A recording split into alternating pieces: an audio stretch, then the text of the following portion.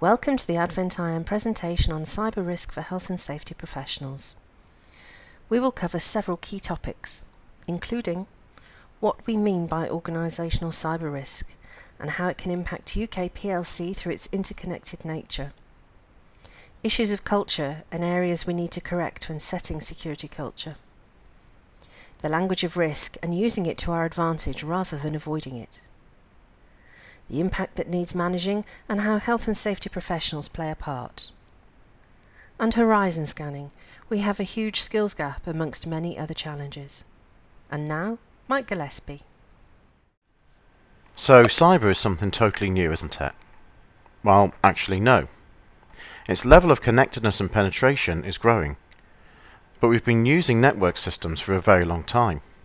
In fact, up until recent times, what we have had is the luxury of saying that IT would deal with IT security and physical security teams would deal with physical systems. And as a result of this, all was well with the world. But things have changed. We're connecting things to the internet at an astonishing rate, and this is impacting us all. IT security handles IT security. Now that sounds obvious, doesn't it? Except IT handles security is a phrase I've heard more times than I would care to admit, and it worries me every time I hear it, because not all information is virtual or digital, and not information generated in a business sits in a corporate network. It's not all protected by firewalls and anti-malware and other security sentinels. Much of it might have been generated from non-core IT systems. Video surveillance systems, door entry systems, all of these, for example, are generating data that's going into systems that aren't managed by our core IT. That means that this information could well be unprotected and never touched by IT security processes. By and large, it's people that pose the greatest risk to our organisational security. If only we could do without them. Seriously though, people don't do daft things deliberately. People do things either because they haven't been trained, or because they've been poorly trained, or in many cases because the training and the security that we're putting in place actually leads them to have to do things to get around the security in order to fulfill their roles. So our security actually becomes counterproductive. Buying more technology can't solve this. Cybersecurity can also have an impact on people. Ransomware is increasingly causing misery, both in businesses and in our personal lives. So why should health and safety care about cybersecurity? Well, because as I've just said, cybersecurity is more about the people and not about the technology. And where people are concerned, health and safety has to be concerned. Interestingly, research from various sources, including Ossipman most recently, have identified a desire from board directors to be involved in security and an acknowledgement of the need for joined-up security approaches. However, what we're also seeing is that our board are not following those security processes. They're not demonstrating good quality behaviour. In many cases, as we can see within this infographic, they're printing off and carrying around sensitive information. And as we know from the ICO statistics, loss and theft of paperwork continues to be in the top 3 reasons for a notifiable data breach. Not only are they doing that, but when they don't need the paperwork anymore, they're then failing to get rid of it securely. They're not putting it through appropriate shredders.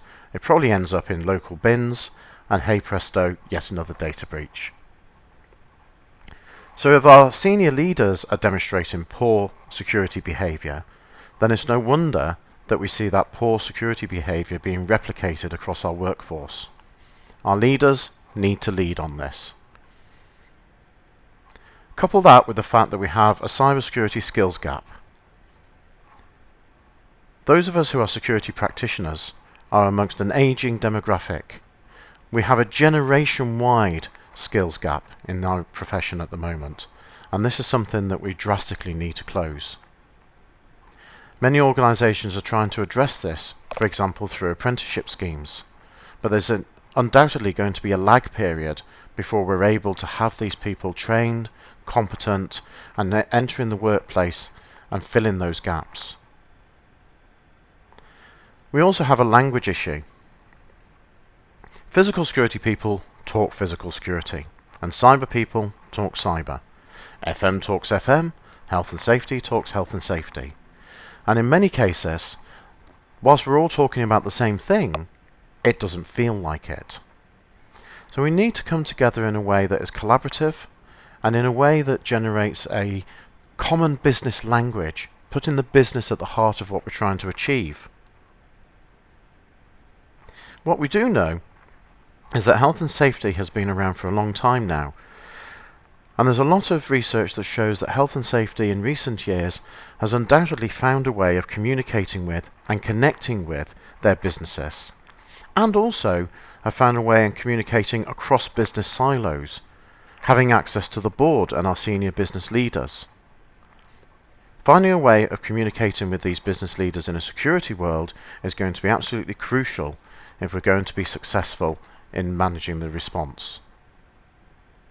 And that response needs to be managed because it's an interconnected threat.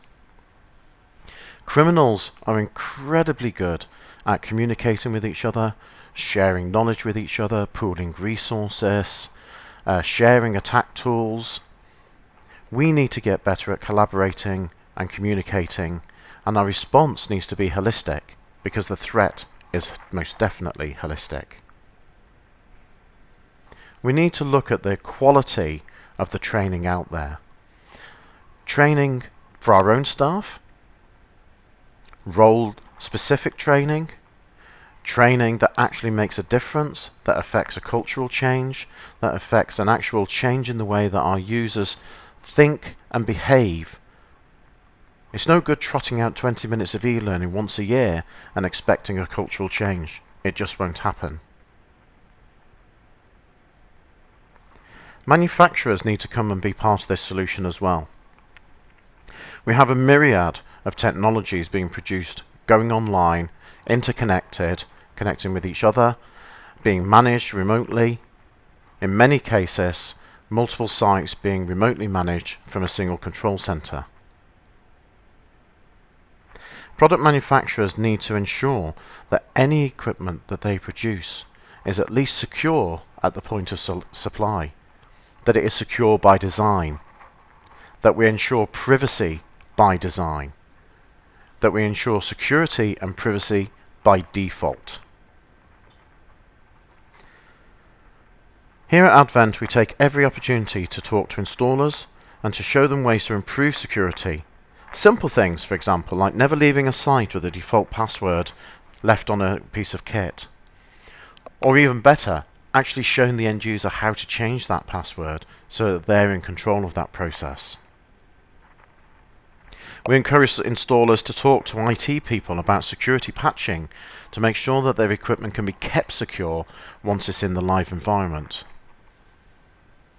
And finally, we need to truly understand the threat that occurs as a result of our expansive and complicated business ecosystems. We used to talk in terms of supply chains. It's no longer a chain, it's no longer linear, it's an actual ecosystem. And we need to understand what the threat looks like up and down our ecosystem. The threat that we potentially pose to our business partners and the threat that they potentially pose to us. If we look at some very recent examples, look at the Target breach. The loss of 45 million debit and credit card details. Now the attackers didn't attack the Target network head on. They came in through a sideways attack, utilizing a vulnerability in an air conditioning maintenance portal. So just because you're not part of the core IT doesn't mean you're going to avoid being part of the attack vector. We operate in a more agile and complex business environment than ever before. When I first entered the workplace some 30 years ago, IT hadn't. And I sometimes long for the more sedate pace that we had back then.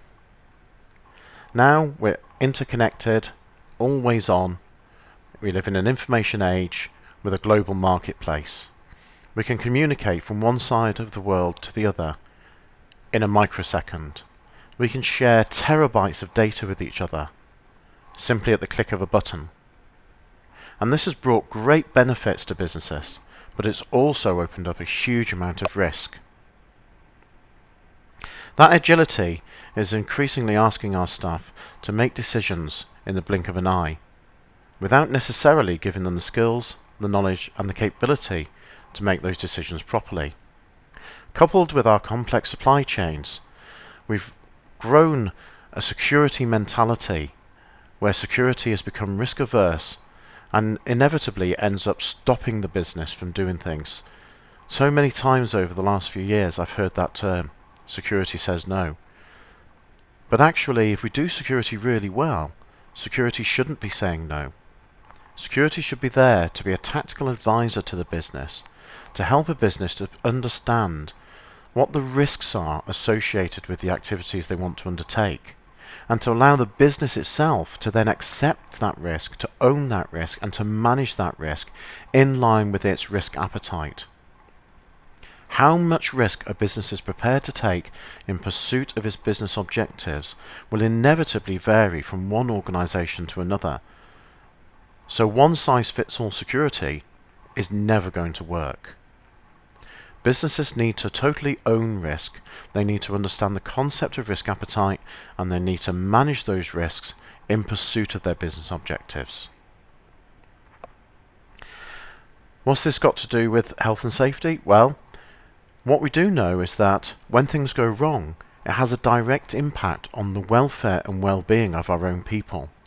Mental health can suffer as a result of being involved in a data breach. Concern for other employees or our own customers when information is breached can weigh heavily on our staff. And surely health and safety managers have a part to play in managing those welfare risks.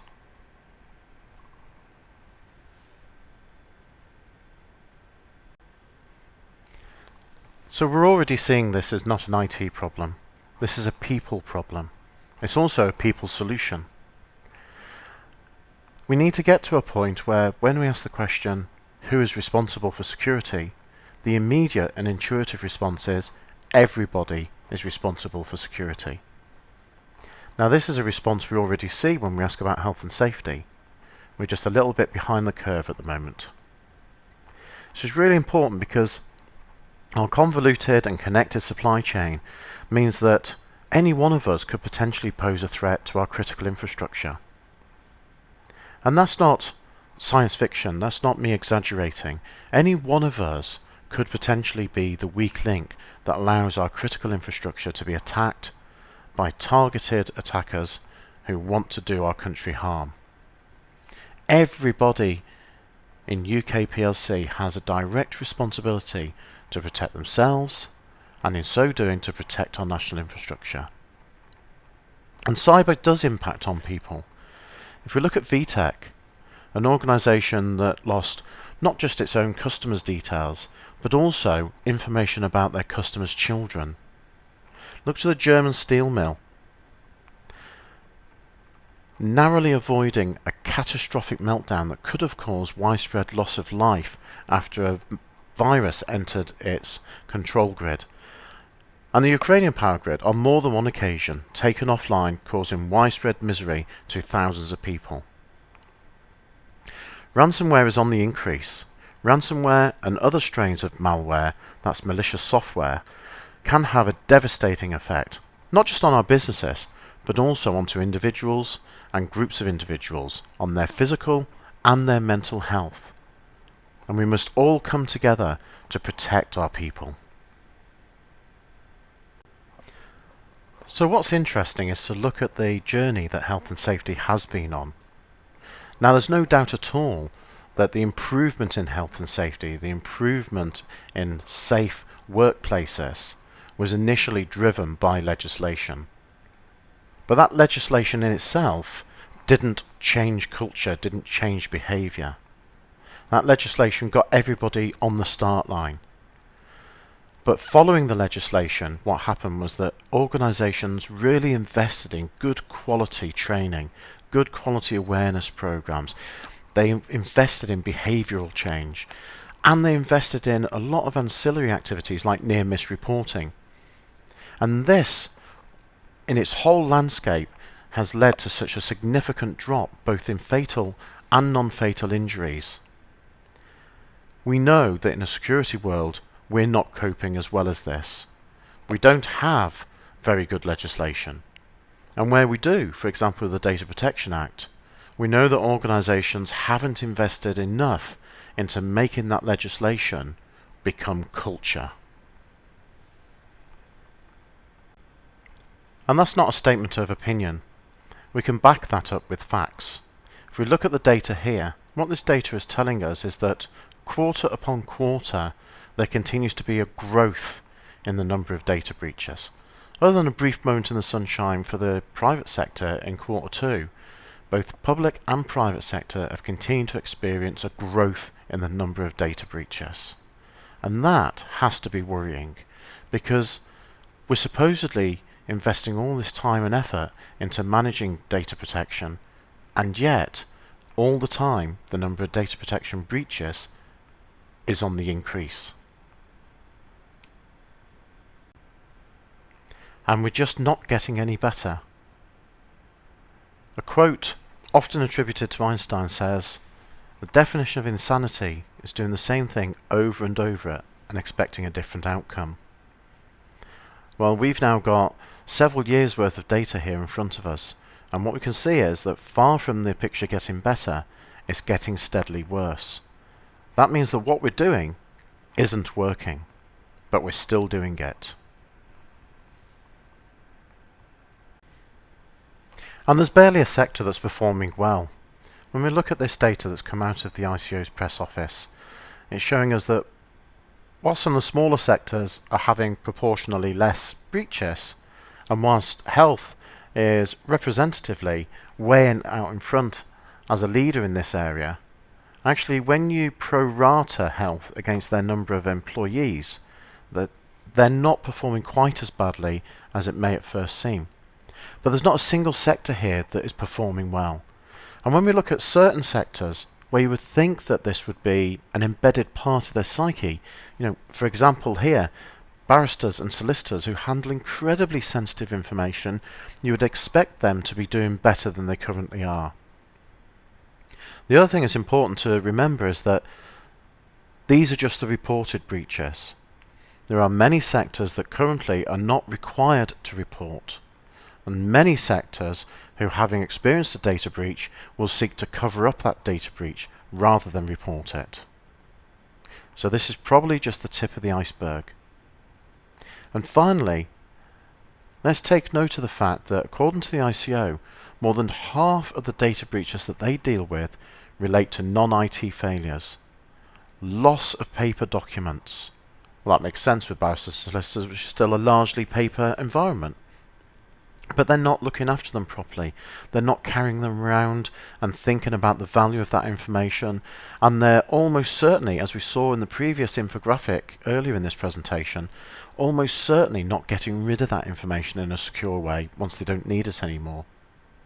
And other human failures, like emailing information to the wrong recipient. I mean, that's basic human behaviour, carelessness, negligence. You cannot manage negligence like that with technology. You can only change that through behavioural change.